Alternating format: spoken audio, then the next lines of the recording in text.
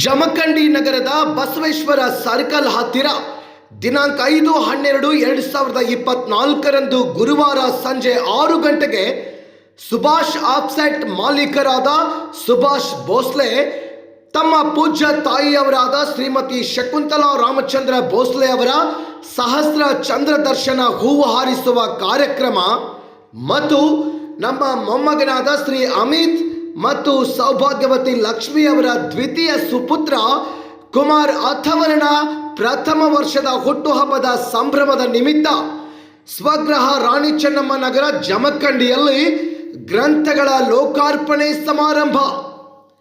Professor Basavaraj ಕಡ್ಡಿಯವರ illuminating thoughts, Shri Ganapati ಗಲಗಲಿಯವರ ಗರಿ ಬಿಚ್ಚಿದ ಮೌನ, ಶ್ರೀ ಗುರುನಾಥ್ ಸುತಾರ್ ಇವರ ಬಿಚ್ಚಿದ ಬುದ್ಧಿ, ಶ್ರೀ ಸಂಗಪ್ಪ ಸಂತಿಯವರ ಸಹಜ ಬದುಕಿನ ಸರಳ ಸೂತ್ರಗಳು, ಡಾಕ್ಟರ್ ಶ್ರೀದೇವಿ ಎಸ್ ಸುವರ್ಣಖಂಡಿಯವರ ಕಾಣದ ಕಡಲಿಗೆ ಗ್ರಂಥಗಳ ಲೋಕಾರ್ಪಣೆ ಸಮಾರಂಭ ಜರುಗಿತು.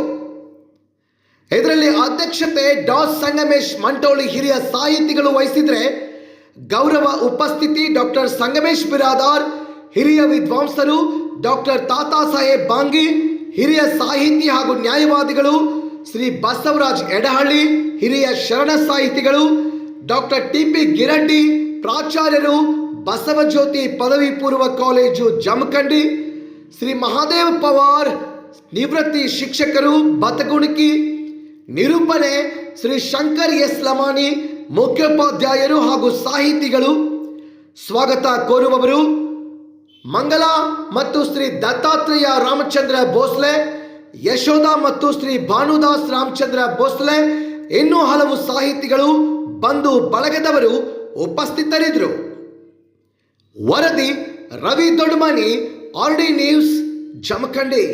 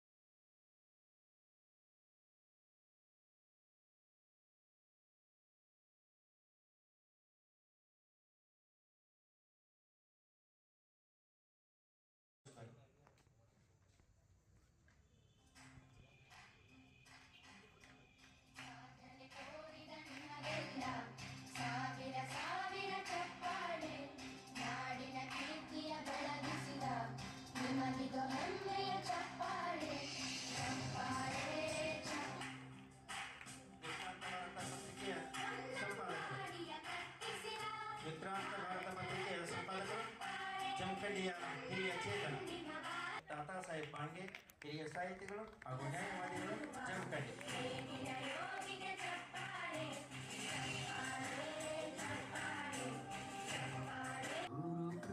ಶ್ರೀ ಬಸವರಾಜ ಎಡಡೆ, ಹಿರಿಯ ಶರಣ ಸಾಹಿತಿಗಳು ಜಮಖಂಡಿ.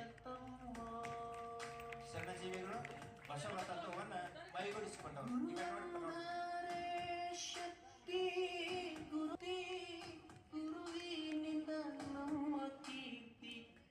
ಗುರು ಬದುಕಿನ ಸಾರಥಿ, ಗುರು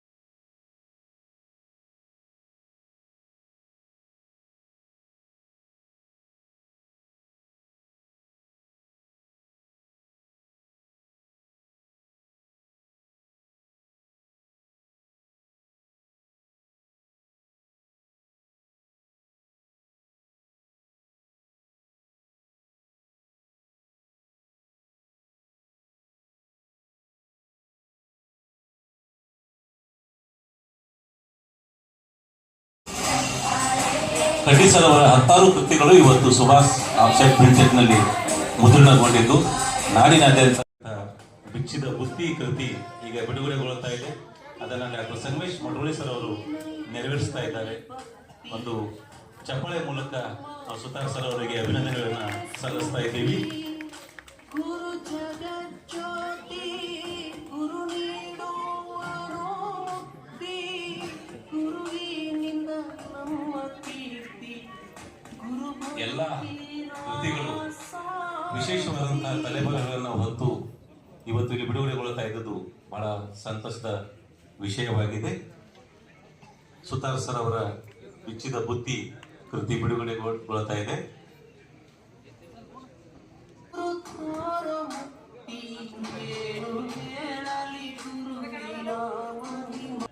ಗಾಯಕರಾಗಿ, ನಾಟಕಕಾರರಾಗಿ, ಸಾಹಿತಿಗಳಾಗಿ ಹೆಸರನ್ನ ಪಡೆದಂಥವರು.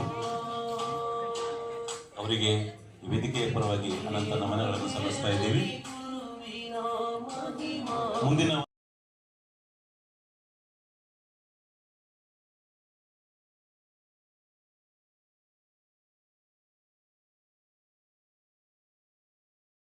ತಮ್ಮ ಕಡೆಯಿಂದ ಎಷ್ಟು ಸಾಧ್ಯನೋ ಅಷ್ಟು ಪ್ರಾಮಾಣಿಕವಾಗಿ ತಮ್ಮ ಸೇವೆಯನ್ನು ಸಲ್ಲಿಸುವ ಮೂಲಕ ಅವರ ಮನೆತನದ ಉನ್ನತಿಗಾಗಿ ಶ್ರಮಿಸ್ತಾರೆ. ನಿಮಗೆಲ್ಲ ಗೊತ್ತಿರಲಿ, ಆತ ಇಲ್ಲಿ ಬಂದಾಗ, ಜಮಖಂಡಿಗೆ ಬಂದಾಗ ನಮ್ಮ ಹನುಮಾನ ಪ್ರಿಂಟಿಂಗ್ ಪ್ರೆಸ್ ಇದೆಯಲ್ಲ, ಮರಾಠಿಯಲ್ಲಿ ಕೆಲವು ಪ್ರೆಸ್ಗಳಿದ್ದಾವಲ್ಲ, ಅಲ್ಲೆಲ್ಲ ಕಾರ್ಮಿಕನಾಗಿ ಕೆಲಸ ಮಾಡಿದಂತಹ ವ್ಯಕ್ತಿ. ಹಗಲು ರಾತ್ರಿ ಶ್ರದ್ಧೆ ಭಕ್ತಿಯಿಂದ ದುಡಿದಂತಹ ವ್ಯಕ್ತಿಗೆ ಬಸವಾದಿ ಶರಣರು ಹೇಳುವಂಗ ಕಾಯಕವನ್ನು ಯಾರು ನಿಷ್ಠೆಯಿಂದ ಭಕ್ತಿಯಿಂದ ಶ್ರದ್ಧೆಯಿಂದ ಮಾಡ್ತಾರೋ ಅವರಿಗೆ ಬಸವಾದಿ ಶರಣರ ಆಶೀರ್ವಾದ ಸದಾವಕಾಲ ಇದ್ದೇ ಇರ್ತದೆ. ಲದ್ದೆ ಸೋಮಯ್ಯನವ್ರು ಹೇಳ್ತಾರೆ, ಆವ ಕಾಯಕವಾದಡೇನು ಸ್ವಕಾಯಕವ ಮಾಡು. ಕೆಲಸದಲ್ಲಿ ಮೇಲು ಕೀಳು ಇಲ್ಲ, ದೊಡ್ಡದು ಸಣ್ಣದು ಅನ್ನೋದಿರೋದಿಲ್ಲ. ಅಲ್ಲಿ ಕೃತ್ಯ ಕಾಯಕವಿಲ್ಲದವರು ಭಕ್ತರಲ್ಲ, ಸತ್ಯ ಶುದ್ಧವಲ್ಲದುದು ಕಾಯಕವಲ್ಲ. ಕೆಲಸ ಅಂದ್ರೆ ಭಕ್ತಿ ಶ್ರದ್ಧೆ ಬೇಕು.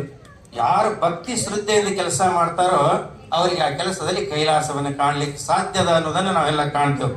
ಅವ್ರು ಹೇಳ್ತಾರೆ, ಆವ ಕಾಯಕವಾದಡೇನು ಸ್ವಕಾಯಕವ ಮಾಡು. ನೀ ಯಾವ ಕೆಲಸ ಮಾಡ್ತಿಲ್ಲ ಅದ್ರ ಬಗ್ಗೆ ಭಕ್ತಿ ಶ್ರದ್ಧೆಯಲ್ಲಿ ಗೌರವದಿಂದ ಹೇಳು. ಭಾಳ ಜನ ಏನ್ ಮಾಡಾಕತ್ತೇವ್ ನಾವು ಅಂದ್ರೆ, ನಾವ ತಪ್ಪು ಮಾಡಾಕತ್ತೇವ್. ಒಬ್ಬ ನಾನು ಶಿಕ್ಷಕ ಇದೀನಿ ಅಂದ್ರೆ ಮಕ್ಕಳಿಗೆ ಹೇಳ್ತೀನಿ, ನೋಡಪ್ಪ ನೀ ಏನ್ ಬೇಕಾದಾಗ ಮಾರಾಯ ಶಿಕ್ಷಕ ಆಗ್ಬೇಡ. ಅಲ್ಲೋ ಮಾರಾಯ, ಅವ್ರನ್ನೆಲ್ಲ ಬೆಳೆಸೋದು, ಅವ್ರ